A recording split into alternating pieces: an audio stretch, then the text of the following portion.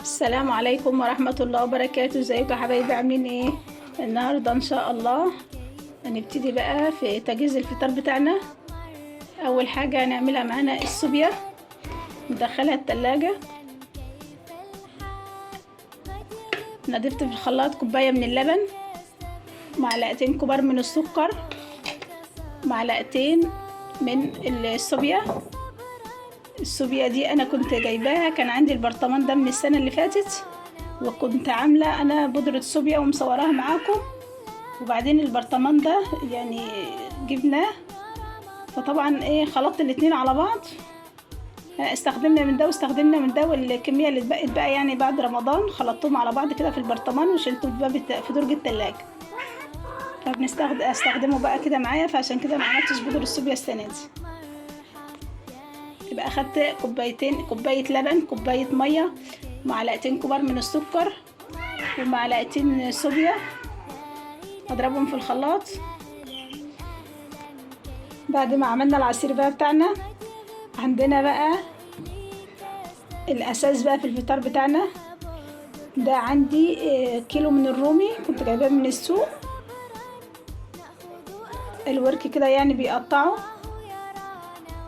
ده كنت جايباه كيلو. انا هعمله بقى كده بالخلطة بتتبيلة المشويات كده في الفرن. عندي بقى كده بصلة كبيرة كده، طماطم، فصين من الثوم، وده دبس رمان، معلقة دبس رمان، بس انا كنت شايلاه في الفريزر يعني فمتجمدة بالشكل ده. اضرب الخضار ده معايا في الخلاط ونرجع نكمل مع بعض. الخلطة بقى ضربتها بالشكل ده. اضيف لها بقى عندي بهارات فراخ، معلقة كده حلوة كبيرة. ده ورق لورا وحبهان طحنتهم مع بعض، ومعاهم شوية كده صغيرين من الكزبرة، لان ورق اللورا والحبهان ما كانش راضي يتطحن يعني، فضفت له شوية من الكزبرة وملح، معلقة كده من الملح، معلقة صغيرة، معلقة كبيرة من الخل، ونص عصير ليمونة.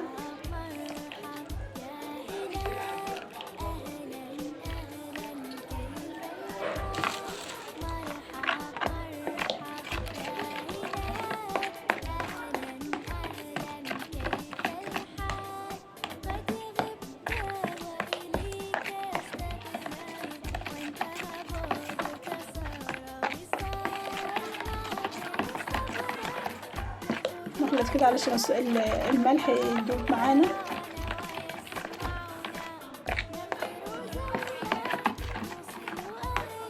وارص بقى في الصينية بتاعتي اللي هدخلها الفرن.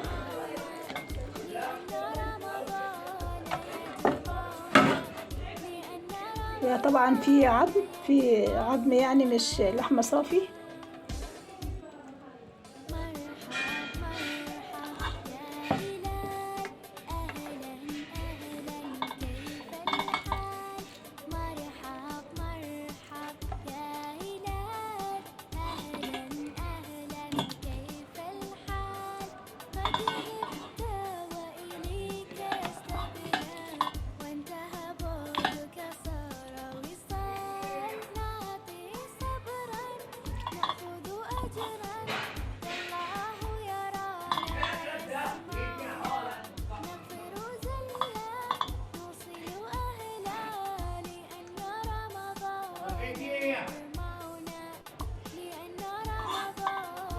رصيت بقى الرومي بتاعنا بالشكل ده في الصينية، وده الباقي يعني بقى خلاص كده انا هشيلهم في الفريزر.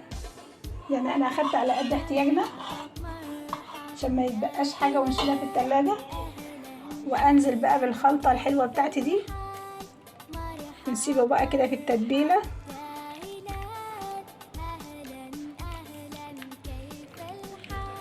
سيبها كده يعني ساعة او 2 في التتبيلة، وبعدين ندخلها الفرن، نغطيها وندخلها الفرن.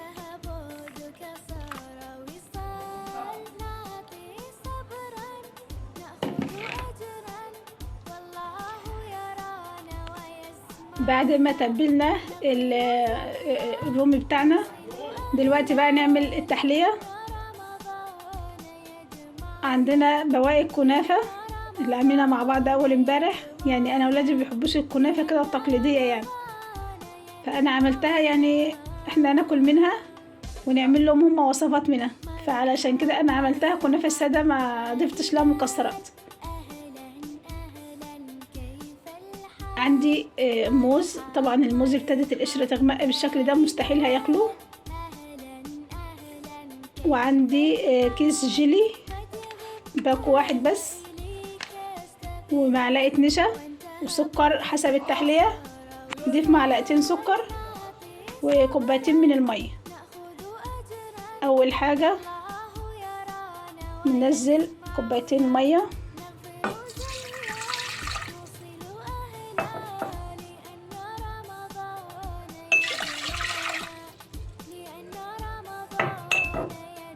هضيف عليهم معلقة كبيرة كده من النشا.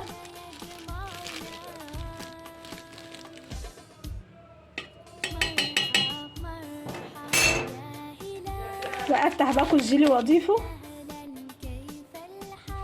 باكو الجيلي معايا بالشكل ده، انزله كله.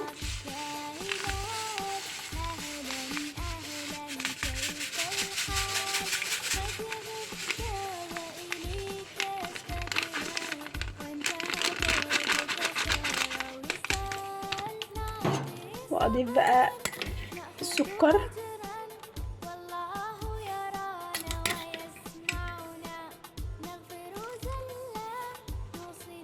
الجيلي ريحته حلوة جدا، طبعا الولاد بيحبوا الجيلي. ندوب النشا ونرفع على النار.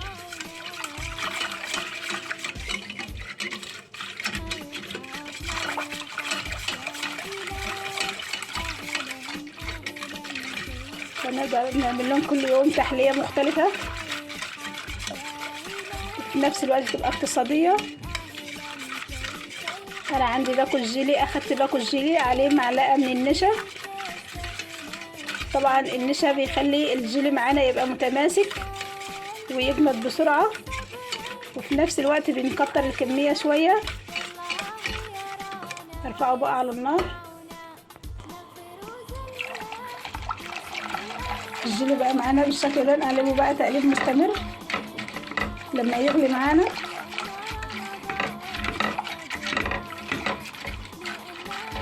نتأكد ان معلقة النشا دابت.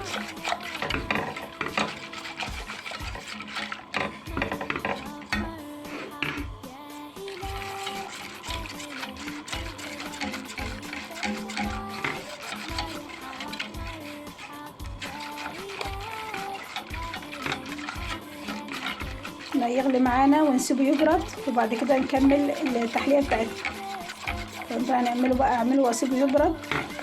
نعمل اي حاجة تانية، نصلي، نقرأ قرآن شوية، ما يبرد الجيلي معانا، وبعد كده نكمل الوصفة.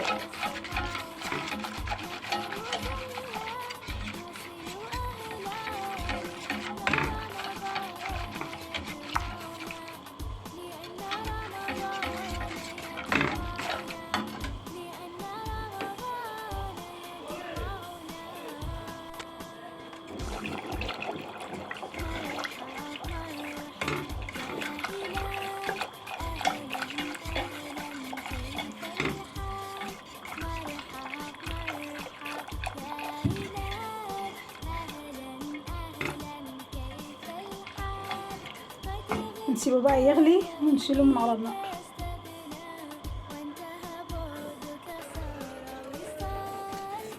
غلي بقى الجيلي كده، ابتدى يغلي معانا بالشكل ده. خلاص هنشيله من على النار ونسيبه يبرد تماما، وبعدين نكمل الوصفة. الجيلي بقى برد معانا،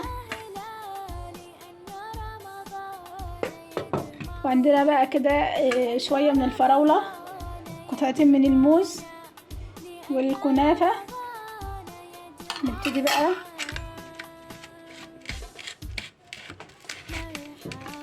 نفرفت الكنافة بالشكل ده.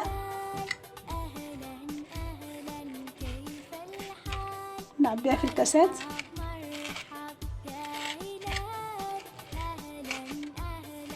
احنا لما نعملها بالطريقة دي الكنافة ونستخدمها بقى معانا في الوصفات احسن بكتير من ان احنا بنقعد نحمرها على البوتاجاز. بتاخد تحمير كتير، وقت طويل بتحمري فيها، وفي نفس الوقت مبتبقاش طالعة باللون الحلو ده. يبقى في واحدة اتحرقت، واحدة بيضة، واحدة صفرة. نحمرها بالطريقة دي كده صينية كده، ونستخدمها بقى معانا في الوصفات بتاعتنا.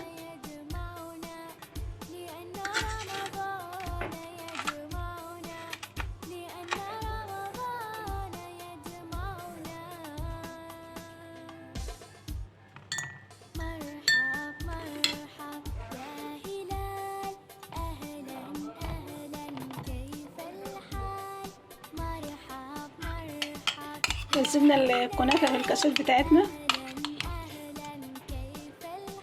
ونضيف الموز،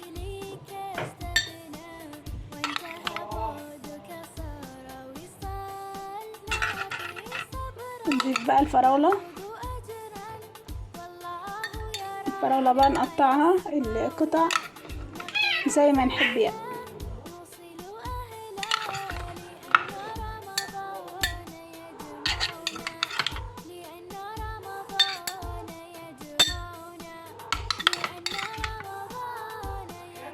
اخر طبقة بقى نضيفها الجيلي.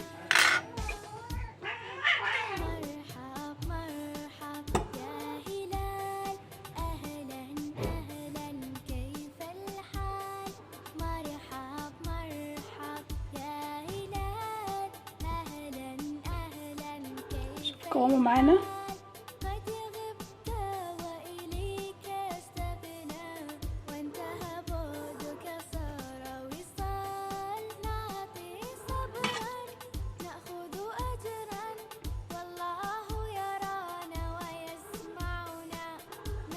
ندخله بقى التلاجة يتجمد. التحلية دي بقى بتاعتنا ندخلها التلاجة ونشوفها ان شاء الله بقى وقت التقديم.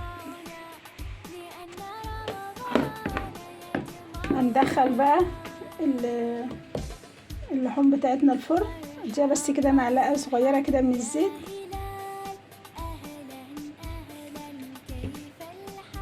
ادخلها اغطيها بقى وادخلها الفرن ونشوفها ان شاء الله بعد ما تستوي. عندنا بقى الرز بسمتي،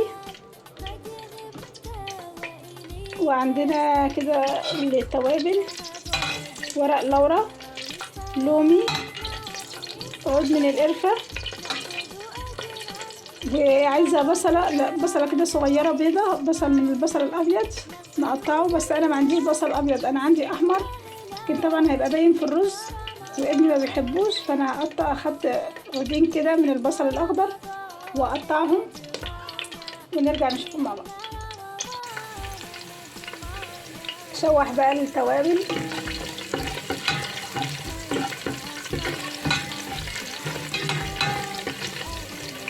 وانزل عليهم بالرز. الرز انا غسلته ونقعته ربع ساعة.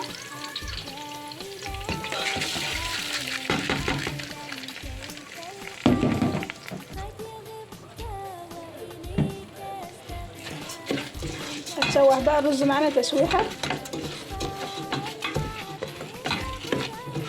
حابين نخليه باللون ده تمام، حابين نديله بقى كركم او بودرة زعفران يبقى لونه اصفر زي المطاعم كده، زي بيبقى اللون اللي بيتعمل في المطاعم ده بيبقى بودرة الزعفران.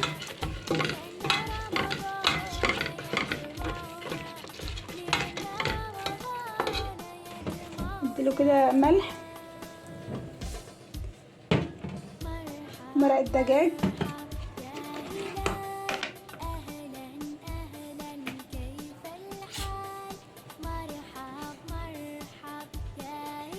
مرق الدجاج،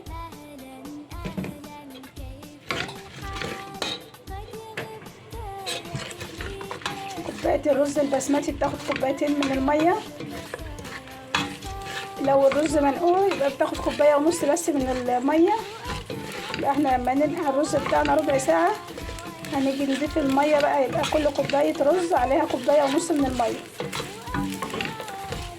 لكن لو ما نقعناش الرز بتاعنا يبقى هنضيف كوبايتين من المية او الشوربة.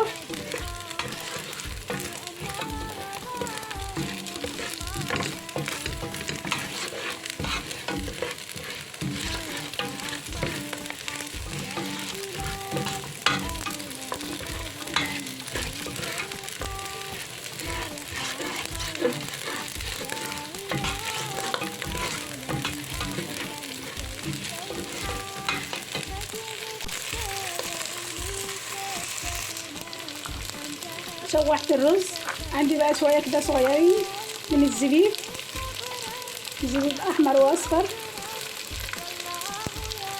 انا غسلته، اضيفهم بقى كده على الرز واضيف الشوربة.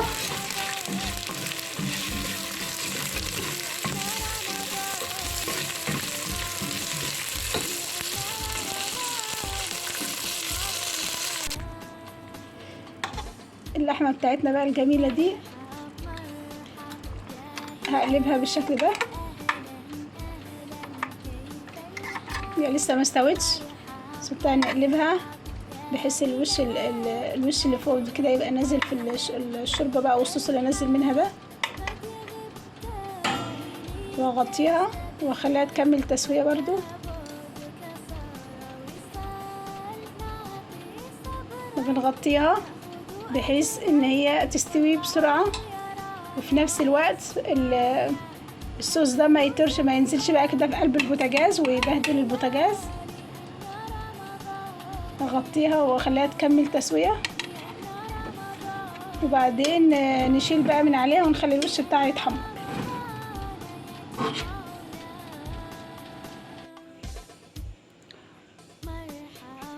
ده الشكل النهائي بقى لسفرتنا، لسه ما نزلناش العصير بس بنخليه ساقع يعني على طول على الفطار نطلعه يعني عشان يبقى ساقع في التلاجة. ده الشكل النهائي للسفرة بتاعتنا. يا رب فطارنا النهارده يعجبكم، والسلام عليكم ورحمة الله وبركاته.